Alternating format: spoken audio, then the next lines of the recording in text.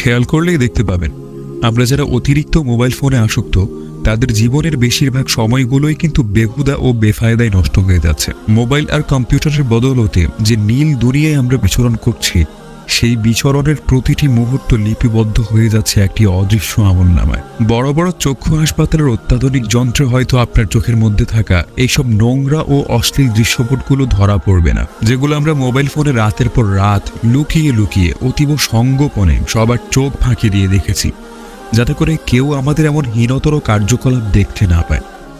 কিন্তু পুনরুত্থান দিবসে আমি আপনি যেদিন বিচারের কাঠগড়ায় দাঁড়াবো সেদিন তো সবার সামনে আমার আপনার সেই গোপনীয় পাপগুলো লাইভ আকারে এক এক করে তুলে ধরা হবে।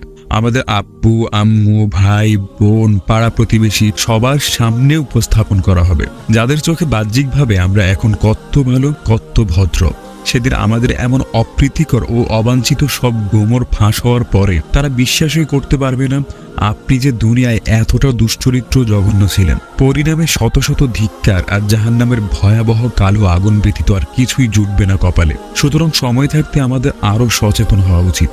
মোবাইল ফোন ওজনে খুব হালকা হলেও তা দিয়ে করা পাপের ভার কিন্তু অনেক বেশি। ইহকালীন জীবনের সুখ শান্তি আর পরকালীন জীবনের চিরমুক্তি নিশ্চিত করতে মোবাইল ফোনের এমন গোপনীয় পাপ ও আসক্তি পরিহার করা ব্যতীত আমাদের আর কোনো বিকল্প নেই। সুতরাং আমরা নিয়ত করি আজ থেকে আমরা মোবাইল ফোন ব্যবহার করার সময় গুনাহকে এড়িয়ে যাওয়ার সর্বাত্মক প্রচেষ্টা চালাবো। আল্লাহ আমাদের সবাইকে তৌফিক দান করুক এবং আখেরাতে আমাদেরকে এমন লজ্জাজনক ও ভয়াবহ পরিস্থিতিতে পড়া থেকে হেফাজত করুক। আমিন।